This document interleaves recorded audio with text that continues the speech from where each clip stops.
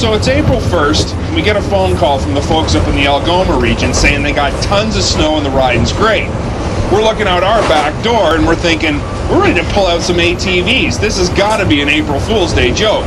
Just in case, though, we loaded some sleds on the snow train and headed up to Wawa to see if this was true or not. From what we can see so far, they weren't lying.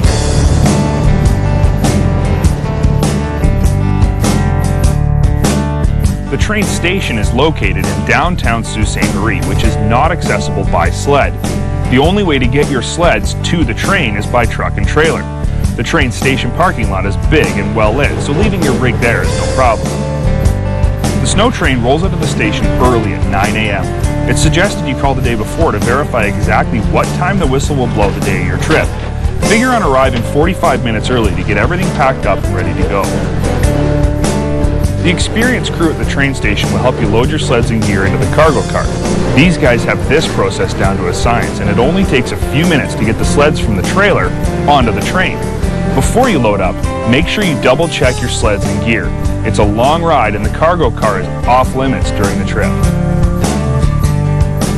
The Snow Train Tour takes place on the Canadian side of the city of Sault Ste. Marie in northern Ontario. The train itself is stationed downtown and travels north through the Canadian wilderness, ending in Hearst, Ontario. Some of the things I saw on the train ride that were both surprising and spectacular were the Montreal River. You cross it on a bridge and you can see, as far as you can see down each direction. It's beautiful. Some of the high trestle bridges that you cross, high trestle is the right description, they're huge. A big curves while the train's traveling, and you can look down either side and it's hundreds of feet down. It's spectacular. The views really are what the train ride is all about.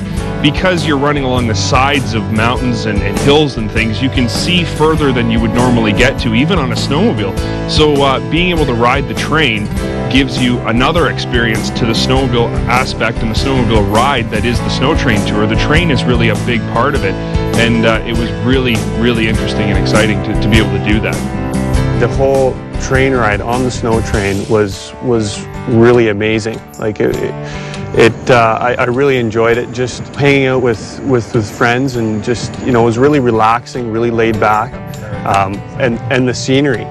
Just going through northern Ontario, it was absolutely amazing. I think the combination with this trip, by being able to combine a train ride where you're sitting in a big car together with only getting to a destination, then the riding, really makes this a special ride. You're able to enjoy the company, see the scenery that's pretty spectacular, and go over gorges and rivers that you wouldn't be close to on a snowmobile, but then combining that with a ride. So I always hate taking the same trail in the same direction twice, so this way you're only doing it once, and it's a great vacation. The Snow Train Tour, as we're doing it from Sault Ste. Marie to Wawa on the train and then back, is really a 2-day tour. The train takes approximately 6 hours, so you can't physically ride home from Wawa to Sioux.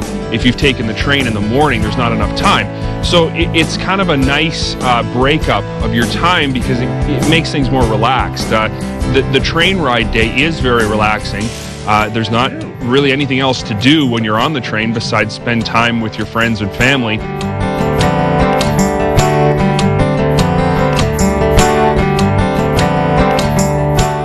The ride ends here in Hawk Junction. Now our host Mark from the Best Northern Motel has met us on his sled to take us the 17 kilometers into Wawa for the next leg of the trip. We decided to get off the train at Hawk Junction, which is a short 10-mile ride from the town of Wawa, Ontario. But there are many alternate options for the tour, including riding the train all the way to Hearst, which makes the ride back a 2-day journey. It's also possible to ride your sleds north and catch the train home.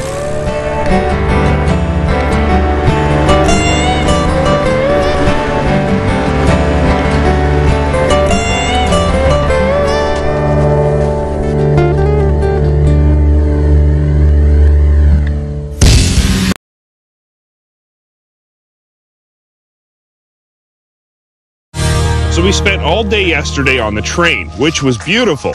But today we're looking to spend some time on the trail. Mark and Teresa from the Best Northern took great care of us and even set us up with one wicked breakfast this morning. But we got to get rolling.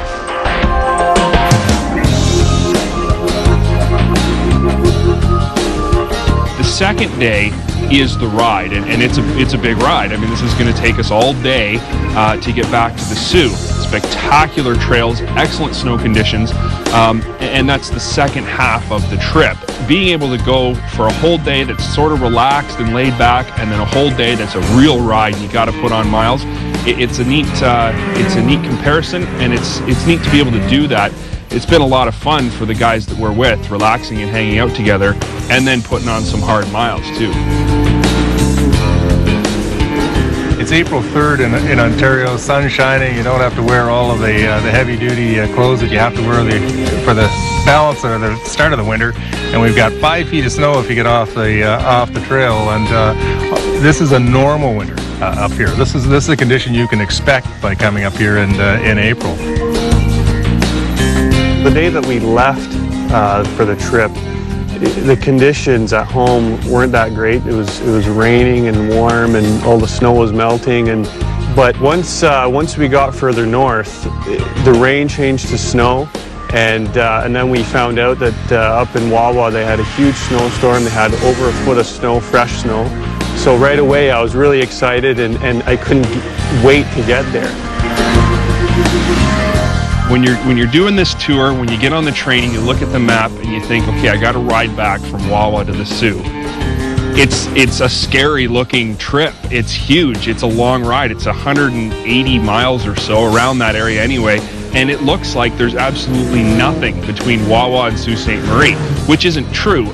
We've come upon a little restaurant gas bar here. It's called Halfway Haven.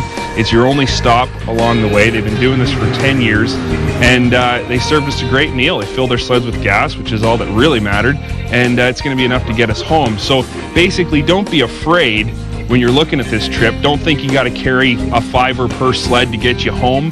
A little bit of spare gas might not be a bad idea, but there are services between Wawa and the Soo, enough services to get you back in one piece safely, and it's not as scary as you think it is. And when you show up at Halfway Haven, you'll know you've arrived, and they will too.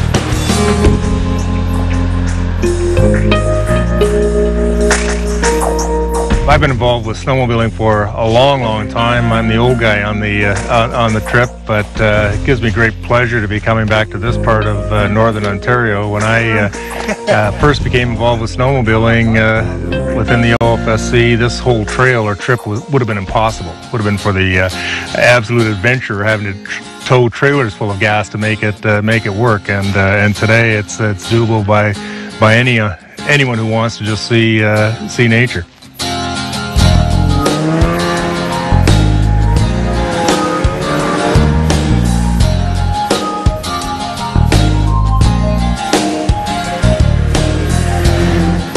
I would say it's been a surprising experience for a Southern Ontario rider like myself to see a different part of the province. The snowmobiling up here is second to almost nothing. You'd be hard-pressed to find better riding, particularly this time of year. So I'm a happy camper right now, and I'm actually considering doing this next year. Not for work, just for fun, coming up here with some friends and doing this ride because I've had such a good time. So as a whole, great experience, and one I will definitely participate in again.